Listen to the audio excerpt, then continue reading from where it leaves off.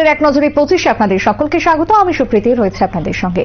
পবিত্র বিধানসভায় বসে পরম ছবি দেখলেন ত্রিপুরার বিজেপি বিধায়ক যাদবলাল নাথ। এই ভিডিও ভাইরাল হতে শোরগোল পড়ে গেল গোটা রাজ্যে। এই কাজের বিরুদ্ধে এবার গর্জে উঠল তিপ্রা মথাদল। সাংবাদিক বৈঠক করে বিরোধী দলনেতা অনিমেষ দেববর্মা এই ঘটনার জন্য রাজ্যের মুখ্যমন্ত্রী সহ স্পিকারের দৃষ্টি আকর্ষণ করলেন। একই সঙ্গে তিনি দাবি জানালেন যে চেয়ারে বসে বিধানসভার মতো পবিত্র জায়গায় যাদবলাল নাথ এই কাণ্ড করলেন, সেই চেয়ারটাকে যাতে গঙ্গা জল দিয়ে পবিত্র করা হয়। এই চেয়ারটাকে আবার বিধানসভার ভেতরে নিয়ে যাওয়া হয়, এটা আমাদের দাবি। তবে পবিত্র বিধানসভায় অপবিত্র কাজ এইভাবে করবেন, এই চেয়ারটাকে পরিশুদ্ধ করতে হবে এবং যাদব বাবুকে সেইখানে যেন আর বসানোর কোন বিধান না রাখে, স্পিকার মহোদয়কে অ্যাকশন নিতে হবে। পুরবাসীকে জল যন্ত্রণা থেকে মুক্ত করতে পুর নিগম সহ সরকার প্রতিশ্রুতিবদ্ধ, তবে এর জন্য আপামর জনগণকে এগিয়ে আসতে হবে। বক্তা মেয়র দীপক মজুমদার কালাপানিয়া ড্রেনের পরিদর্শনে গিয়ে ভাবে নিজের অভিমত ব্যক্ত করলেন মেয়র। হয়েছিল আগরতলা শহরকে জলমুক্ত করা, অনেক পরিকল্পনা নেওয়া হয়েছে পার্মানেন্ট। তো আমরা লক্ষ্য করছি কিছু কিছু জায়গায় এখনো জল জমে থাকে, যে কারণে সেই কারণগুলি আমরা অনুসন্ধান করে দেখেছি যে আমাদের যে শহরে যে জলটা মেইন দুটি খাল দিয়ে এটা বের হয়, একটা হচ্ছে সীমান্ত পারাপার করতে গিয়ে দুই ভারতীয় নাগরিক সহ এক বাংলাদেশে আটক বিএসএফ এর হাতে। ঘটনা উত্তর ত্রিপুরা জেলার ধর্মনগর থানাধীন বৈঠাংবাড়ি মালাকার বস্তি এলাকায়। ধৃতরা হলেন অধীর দাস, মিনু দাস এবং অজিত দাস। অধীর ও মিনু স্বামী স্ত্রী, তাদের বাড়ি অসমের কাছাড়ের বড়খলায়। অজিত দাসের বাড়ি বাংলাদেশে। ধৃতদের পাকড়াও করে পরবর্তীতে ধর্মনগর পুলিশের হাতে তুলে দিল বিএসএফ এর জওয়ানরা। শুক্রবার তাদের কোর্টে সোপর্দ করবে পুলিশ। আজকে আমাদের কাছে প্রডিউস করে আর কি। তো আমরা ইনভেস্টিগেশন করছি, কেস ইনভেস্টিগেশন করছি, তাদের বিরুদ্ধে অ্যাকশন হয় এবং তদন্তে আমরা বাইরে করছি যে রাজ্য সরকার কি বাংলাদেশি না ইন্ডিয়ান সেগুলো দেখছি আর কি।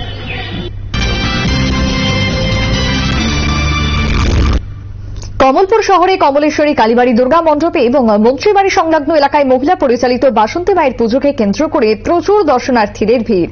মহানবমীর দিনে মহাপ্রসাদ গ্রহণ করার জন্য দুটি পুজো প্রাঙ্গণে উপচে পড়ল ভিড়। কমলেশ্বরী কালীবাড়ি দুর্গা মণ্ডপে বাসন্তী মায়ের পুজো এবার 4 বছরে পদার্পণ করল। উদ্যোক্তা এলাকার এভারগ্রিন সামাজিক সংস্থা। পুজো কমিটির সম্পাদক নান্টু শর্মা জানালেন, এবারের পুজোয় তাদের বাজেট 2 লক্ষ টাকা। বাজেট হচ্ছে 2 লাখ টাকা। কি কি কর্মসূচি আছে আপনাদের?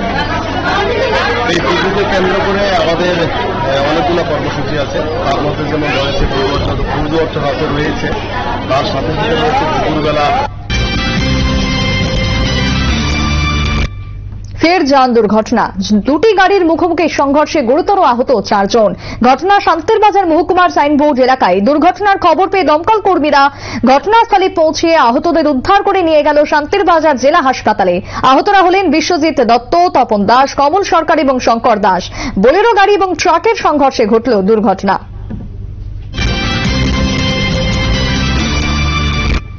অবসরপ্রাপ্ত বিচারপতিরা দেশদ্রোহী। কেন্দ্রীয় আইনমন্ত্রীর এই মন্তব্য নিয়ে এবার তীব্র ক্ষোভ প্রকাশ করলেন দেশের বিভিন্ন প্রান্তের আইনজীবীরা। সংশ্লিষ্ট বিষয়টি নিয়ে খোলা চিঠি লিখলেন দেশের বিভিন্ন প্রান্তের 300 আইনজীবী। উল্লেখ্য, গত সপ্তাহে কেন্দ্রীয় আইনমন্ত্রীর বিভিন্ন মন্তব্য নিয়ে ত্রিপুরার বিশিষ্ট আইনজীবীরা ক্ষোভ প্রকাশ করেছিলেন। রামনগর রোড স্থিত রবীন্দ্র রেসিডেন্স ফ্ল্যাটে বুধবার গভীর রাতে চোরের দল হানা দিল। 3টি দামি বাইক চুরি করে নিয়ে গেল চোরেরা। খবর পেয়ে ঘটনাস্থলে পৌঁছায় পশ্চিম আগরতলা থানার পুলিশ। প্রাথমিকভাবে জিজ্ঞাসার জন্য ফ্ল্যাটে থাকা 4 জন সিকিউরিটি গার্ডকে ডেকে নিয়ে যায় পুলিশ। তদন্ত চলছে, তবে প্রশ্ন হলো, এক ফ্ল্যাট থেকে কিভাবে 3টি বাইক চুরি হয়ে গেল?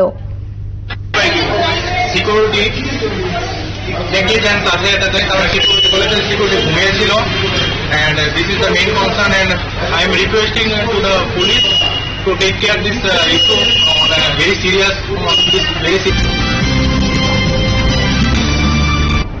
তামিল ভাষায় দই হল তাহির।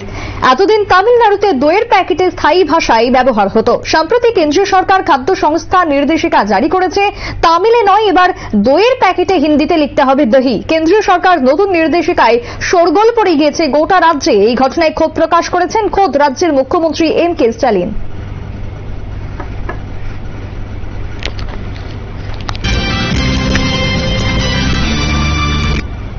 সর্বকালের সেরা ক্রিকেটারকে এবারে প্রশ্ন ছুড়ে দেওয়া হলো বিরাট কোহলির দিকে। উত্তরে কোহলি সাফ জানিয়ে দিলেন দুই ক্রিকেটারকে সর্বকালের সেরা হিসেবে মনে করেন তিনি। দুজন ক্রিকেটার হলেন সচিন টেন্ডুলকর এবং ভিভ রিচার্ডস। অপরদিকে বিরাট কোহলি জানালেন তার গান শুনতে পছন্দ অরিজিৎ সিং এর।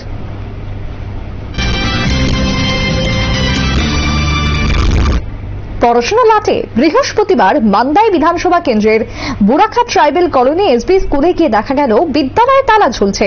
এলাকাবাসীর অভিযোগ, ঠিক সময়ে বিদ্যালয়টি খোলা হয় না, নেই বাউন্ডারি ওয়াল, রয়েছে পানীয় জলের সমস্যা।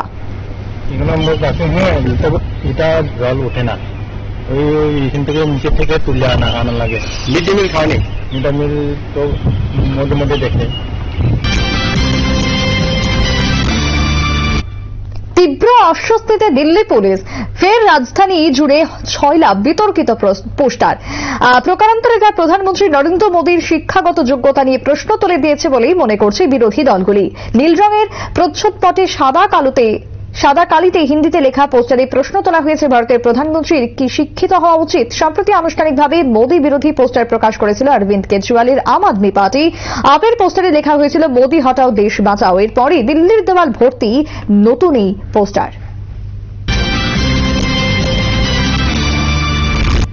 কর ফাঁকি দেওয়া যাবে না, অনুষ্কাকে দিতেই হবে ট্যাক্স। মুম্বাই হাইকোর্টে এমনটাই জানালো সেল ট্যাক্স বিভাগ। সেল ট্যাক্সের তরফ থেকে জানানো হয়েছে যেহেতু তার পারফরমেন্সে তার কপিরাইট রয়েছে, যেহেতু এটা তার উপার্জনের মধ্যেই পড়ে, তাই এই কর অনুষ্কাকে দিতেই হবে।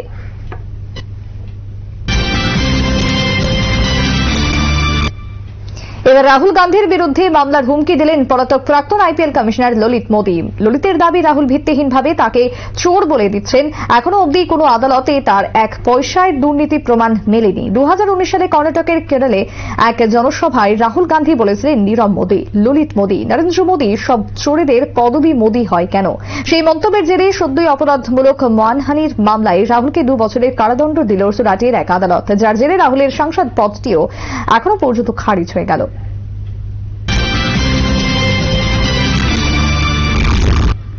তিনি শক্তিশালী অভিনেতা, পর্দায় তার অভিনয় বহু বছর ধরে দর্শকদের মন জিতে নিয়েছে। এর পাশাপাশি রাগবি খেলাতেও তিনি জাতীয় তারকা। এবার তার নামে ওড়িশার তৈরি হলো স্টেডিয়ামের উদ্বোধন করলেন তিনি আর কেউ নন, অভিনেতা রাহুল বসু। এই রাগবি খেলোয়াড় ভারতের হয়ে 17টি জাতীয় আসরে অংশ নিয়েছেন। এই মুহূর্তে তিনি রাগবি ইন্ডিয়া ফুটবল ইউনিয়নের সভাপতিও।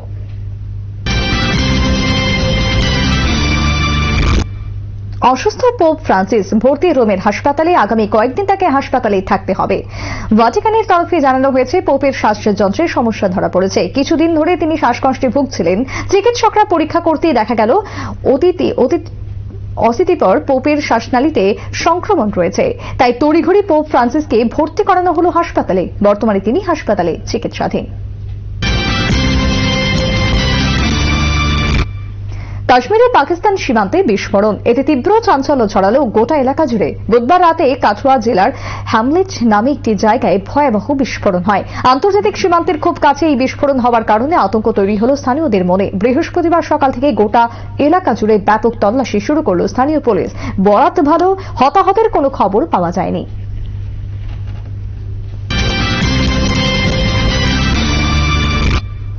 অর্থবর্ষের শুরুতেই বিশাল অঙ্কের ঋণ নিতে চলেছে কেন্দ্র। এই বিষয়ে একটি বিবৃতি জারি করেছে কেন্দ্রীয় অর্থমন্ত্রক। বিবৃতিতে জানানো হয়েছে 2023-24 অর্থবর্ষে প্রায় 16 লক্ষ কোটি টাকা ঋণ নেওয়ার পরিকল্পনা রয়েছে কেন্দ্রের। তার মধ্যে 8.8 লক্ষ কোটি টাকার ধার নেওয়া হবে প্রথম 6 মাসের মধ্যেই। প্রসঙ্গত, আগামী অর্থবর্ষে 2019 সালে দ্বিগুণ ঋণ নেবে কেন্দ্র। কেন্দ্রীয় বাজেটে ঘোষণা হয়েছিল 2023-24 অর্থবর্ষে সব মিলিয়ে 15.43 লক্ষ কোটি টাকা ঋণ নেওয়া হবে। সেই অঙ্কের প্রায় 57% নেওয়া হবে অর্থবর্ষের প্রথম 6 মাসে।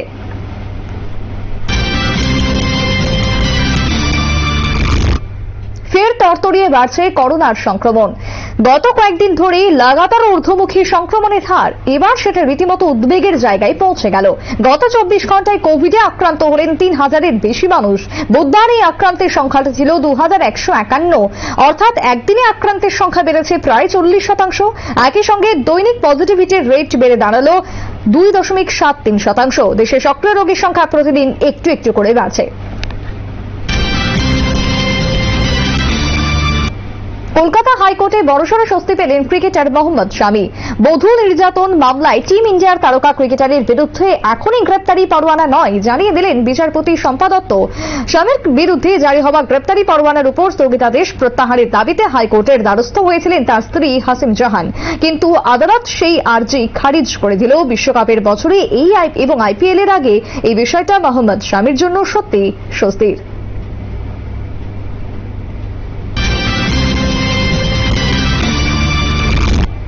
নরেন্দ্র মোদীর আমলে নয়, বরং কেন্দ্রীয় এজেন্সির অপব্যবহার হতো কংগ্রেস আমলেই। খোদ নরেন্দ্র মোদীকেও ইউপিএ জামানায় রাজনৈতিক প্রতিহিংসার শিকার হতে হয়েছিল। বিস্ফোরক দাবি করলেন খোদ কেন্দ্রীয় স্বরাষ্ট্রমন্ত্রী অমিত শাহ। তিনি দাবি করলেন সিবিআই তার উপরও নরেন্দ্র মোদীকে ফাঁসানোর জন্য চাপ সৃষ্টি করেছিল। মোদীর বিরুদ্ধে সিট উত্থাপন করা হয়েছিল তৎকালীন সময়ে, তবে সুপ্রিম কোর্ট সেই সিট বাতিল করে দেয়।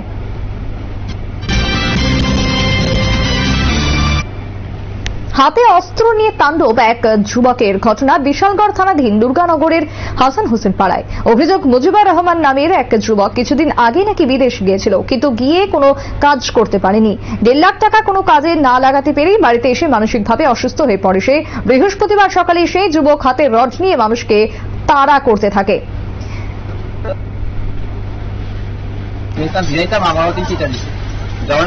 আমি দৌড় দিই, হ্যাঁ পেছন দিক দিয়ে আমার ড্রোন দিচ্ছে, দৌড়াইতে দৌড়াইতে রাস্তার জায়গায় পাইছে তার এই মাস। মানে কি কারণে এরকম করার কিছু করার মতো রাস্তা নেই। কি নাম এর? আর নাম হলো কর ও আবগারি দপ্তর এবং ক্ষুদ্র সঞ্চয় দপ্তরের উদ্যোগে আন্তর্জাতিক নারী দিবস উদযাপিত। এই উপলক্ষে সম্মাননা অনুষ্ঠানের আয়োজন করা হয় রবীন্দ্র শতবার্ষিকী ভবনে। এতে উপস্থিত ছিলেন কর ও আবগারি দপ্তর সহ ক্ষুদ্র সঞ্চয় দপ্তরের আধিকারিকরা। মহিলাদের সম্মাননা প্রদান করা হল এই অনুষ্ঠানে।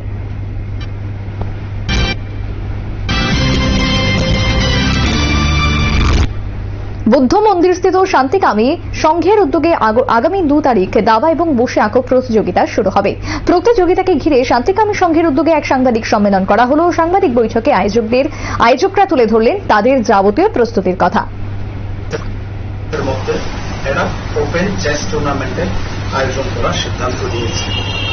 এই চেস টুর্নামেন্টে আমাদেরকে সহযোগিতা করবেন আগরতলা বিজেপি ক্লাবসের, একসঙ্গে আমাদেরকে সহযোগিতা করবে অল ত্রিপুরা। বসন্তের শেষ লগ্নে এক পশলা বৃষ্টিতে কৃষকদের মুখে হাসির প্রতিচ্ছবি পাওয়া গেল। এলাকার কৃষকরা সরকারিভাবে চাষাবাদ করার জন্য সব ধরনের সাহায্য সহযোগিতাও পাচ্ছে। চাষাবাদ করার জন্য তাদের কোনো অসুবিধার সম্মুখীন হতে হচ্ছে না। ঘটনা তেলিয়ামুড়া কৃষি দপ্তরের অধীন দক্ষিণ কৃষ্ণপুর গ্রাম পঞ্চায়েতে। এই পঞ্চায়েতের কৃষি প্রধান এলাকা হিসেবে পরিচিত 22ঘড়িয়া। এলাকার কৃষকরা সবসময় ঋতুকালীন সবজি চাষাবাদ করে থাকেন, তাই এলাকার গুটি কয়েক কৃষক এবার বরবটি চাষাবাদ করেছেন। আর বসন্তের শেষ লগ্নে 2-1 পশলা বৃষ্টির ছোঁয়া পেয়ে কৃষিজ ফসলের গাছগুলি বাড়বাড়ন্ত।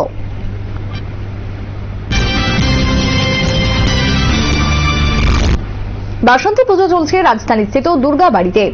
ভিড় রয়েছে ভক্তদের। এর মধ্যে বৃহস্পতিবার হলো মহানবমী। দুর্গাবাড়িতে অনুষ্ঠিত হলো মহানবমী পুজো। রীতি মেনে প্রতিটি প্রহরে হলো পুজো। দশমী শুক্রবার, জানালেন পুরোহিত মশাই। দশমীর কালকে দশমী ছিল, কটার সময় হবে? কালকে 8টার সময়।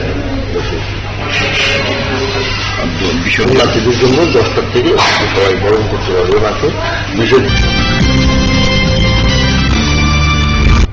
এখনকার মতো এক নজরে 25 পর্যন্ত। পরবর্তী নিউজ এবং আপডেটস দেখার জন্য চোখ রাখুন শুধুমাত্র নিউজ ভ্যানগার্ডের পর্দায়। নমস্কার।